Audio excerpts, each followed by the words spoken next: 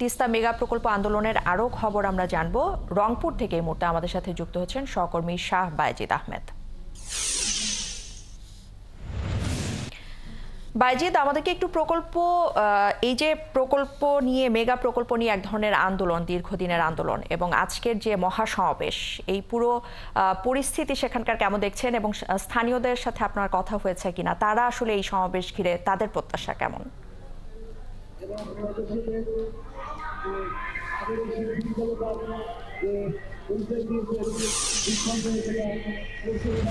ইশরাত, সকাল থেকে কিন্তু হাজারো মানুষের ঢল নেমেছে এবং রংপুর বিভাগের ৮ জেলার মধ্যে 5 জেলার 11টি পয়েন্টে কিন্তু হাজার হাজার নেতাকর্মী তারা অবস্থান নিয়েছে। আমরা এই মুহূর্তে আছি রংপুর গঙ্গাচড়া উপজেলার মহিপুর এলাকায়। এখানে নেতাকর্মীরা জড়ো হয়েছে সকাল থেকে। তারা তিস্তা মহাপরিকল্পনা বাস্তবায়নের দাবিতে এবং পানির ন্যায্য হিসাব দাবিতে তাদের এই অবস্থান কর্মসূচি, পদযাত্রা এবং নানা ধরনের কর্মসূচি রয়েছে।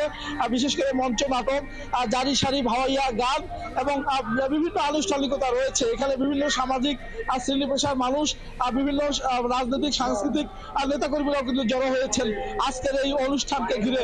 শ্বাস মানুষের মধ্যে একটা উৎসাহ উদ্দীপনা কাজ করছে, ঢল নেমেছে এবং এই পয়েন্টে কিন্তু 3-4টি মঞ্চ করা হয়েছে এবং হাজারো মানুষের রান্নার ব্যবস্থা করা হয়েছে এবং থাকার ব্যবস্থা করা হয়েছে। তারা আজকে এখানেই এই 48 ঘন্টা কর্মসূচিতে 48 ঘন্টাই তারা এখানে অবস্থান করবেন। তারা বাড়িতে যার যে যা ছিল তাই নিয়েই কিন্তু এখানে উপস্থিত হয়েছেন। আমরা দু একজনের সাথে কথা বলে আসলে জানবো, আপনার কাছ থেকে জানতে চাই আজকে দিনভর কি কি কর্মসূচি রয়েছে। ধন্যবাদ 71 টিভিকে।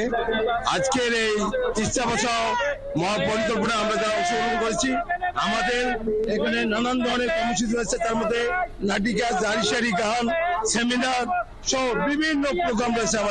আমাদের দাবিটা হলো আমাদের ন্যায্য অধিকার বাস্তবায়নের জন্য আমরা এখানে 17 এবং 18 তারিখ 2 দিন এখানে অবস্থান নিয়েছি। আপনার কাছ থেকে জানতে চাই আপনারা কি কি দাবি করছেন আজকের এই কর্মসূচিকে ঘিরে। এই তিস্তা চুক্তি দীর্ঘদিন ধরে ভারত আমাদেরকে ন্যায্য হিসাব থেকে বঞ্চিত করেছে। আমরা দাবি করছি এই তিস্তাকে আমরা অর্থনৈতিক জোনের দাবি করছি। এই জন্য লক্ষাধিক লোক সমবেত হয়েছে।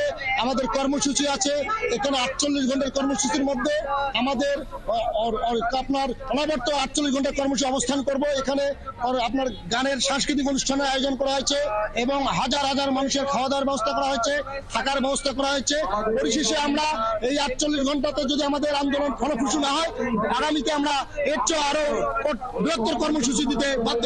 ইশরাত, শুনছিলেন সাধারণ মানুষ কিন্তু তারা বিক্ষুব্ধ এবং তারা বলছিল যে গত 1 দশক ধরে তাদেরকে এই আন্দোলন করতে হচ্ছে। বিশেষ করে 2011 সালে ভারতের তৎকালীন প্রধানমন্ত্রী মনমোহন সিং এই বাংলাদেশ সফরে তিস্তা চুক্তি হওয়ার কথা ছিল, কিন্তু তিস্তা চুক্তি হয় নাই। পরবর্তীতে যে বর্তমান সরকার ভারতের মোদী সরকার, সেই মোদী সরকারও কিন্তু বারবার এসেছিল এবং বাংলাদেশের প্রধানমন্ত্রীকে ভারতে ডেকেছিল, কিন্তু এই তিস্তা চুক্তি হয় নাই। এরপরেই কিন্তু বায়েজিদ, ধন্যবাদ আপনাকে। তিস্তা বাঁচাও আন্দোলনের নীলফামারী অংশের কর্মসূচি বিষয়ে জানাতে এই মুহূর্তে আমাদের সাথে যুক্ত হচ্ছেন আমাদের সহকর্মী বিজয়। বিজয়, শুনতে পাচ্ছেন নিশ্চয়ই আমাকে? আমরা কিন্তু এর আগে লালমনিরহাট এবং রংপুরের প্রস্তুতি দেখছিলাম। কি অবস্থা দেখছেন সেখানে? এই সমাবেশ ঘিরে, আজকের তিস্তা বাঁচাও আন্দোলনের সমাবেশ ঘিরে কেমন প্রস্তুতি দেখছেন?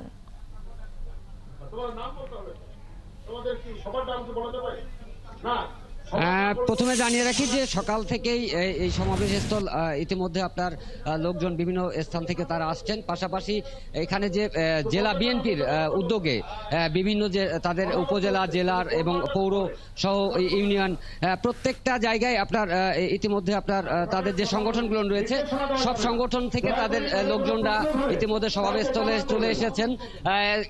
2টার মধ্যেই মহাসচিব এখানে আপনার এই কর্মসূচির আনুষ্ঠানিক ঘোষণা করবেন। সেটি হয়তো আর কিছুক্ষণের মধ্যে তিনি আসবেন, এসে এটি ঘোষণা করবেন। যদিও মহাসচিব থাকবেন আপনার লালমনিরহাটের যে তিস্তা সেতু রয়েছে সেই পয়েন্ট থেকে তিনি এখানে উদ্বোধন করবেন। তো এই মুহূর্তে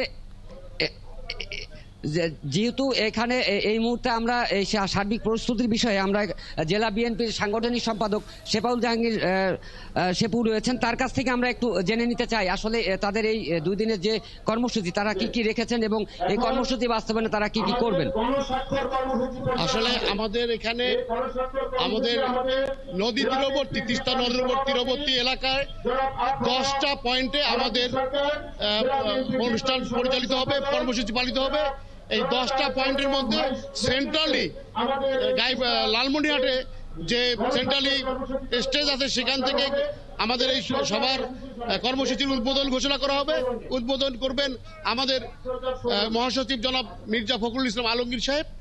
তারপর আমাদের ধারাবাহিকভাবে কিছু অনুষ্ঠান হবে, এখানে সেমিনার সিম্পোজিয়াম হবে, এখানে নদীর তীরবর্তী এলাকার মানুষের হারিয়ে যাওয়া খেলাধুলা হবে, ঘুড়ি উড়ানো হবে এবং রাত্রে আবার আমাদের এই তিস্তা নদীর নিয়ে আলোচনা হবে। তিস্তা নদীর এই করাল গ্রাস থেকে যে আমাদের যে সমস্ত সমস্যা হয়েছে সেই সমস্যা নিয়ে তথ্যচিত্র দেখানো হবে এবং মানুষকে সচেতন করা হবে কেন আজকে তিস্তা নদীর এই অবস্থা হয়েছে। কালকে আপনাদের প্রোগ্রাম কখন শেষ হবে এবং এখানে আর কারা কারা বক্তব্য রাখার কথা? আগামীকালকে আমাদের এখানে প্রোগ্রাম শেষ হবে রাত 9টার দিকে। আমাদের প্রিয় নেতা, আমাদের অ্যাক্টিং চেয়ারম্যান জনাব তারেক রহমান আসবেন। তিনি জুম মিটিং এর মাধ্যমে আমাদেরকে এই জনগণের সাথে সম্পৃক্ত হবেন এবং জনগণের পক্ষে কি করা যায় এই তিস্তাকে নিয়ে তিনি আমাদেরকে দিক নির্দেশনা দেবেন এবং ভবিষ্যৎ পরিকল্পনা আমাদেরকে বলবেন। শুনছিলেন যে এখানে আপনার জেলা বিএনপি সাংগঠনিক সম্পাদক তিনি জানাচ্ছিলেন। তবে আরেকটি বিষয় জানিয়ে রাখি যে যেহেতু 2 দিনের এই কর্মসূচিতে ইতিমধ্যে আপনার যে সভাস্থল রয়েছে সেখানে আপনার তাঁবু টাঙানো হয়েছে, যেখানে আপনার মানুষজন থাকবেন এবং তাদের এখানে থাকবে। সেক্ষেত্রে এখানে যে খাওয়া দাওয়া থেকে শুরু করে তাদের যে দাবি আদায়ের ক্ষেত্রে। ধন্যবাদ আপনাকে। সহকর্মী বিজয় আমাদের সাথে যুক্ত হয়েছিলেন নীলফামারী থেকে।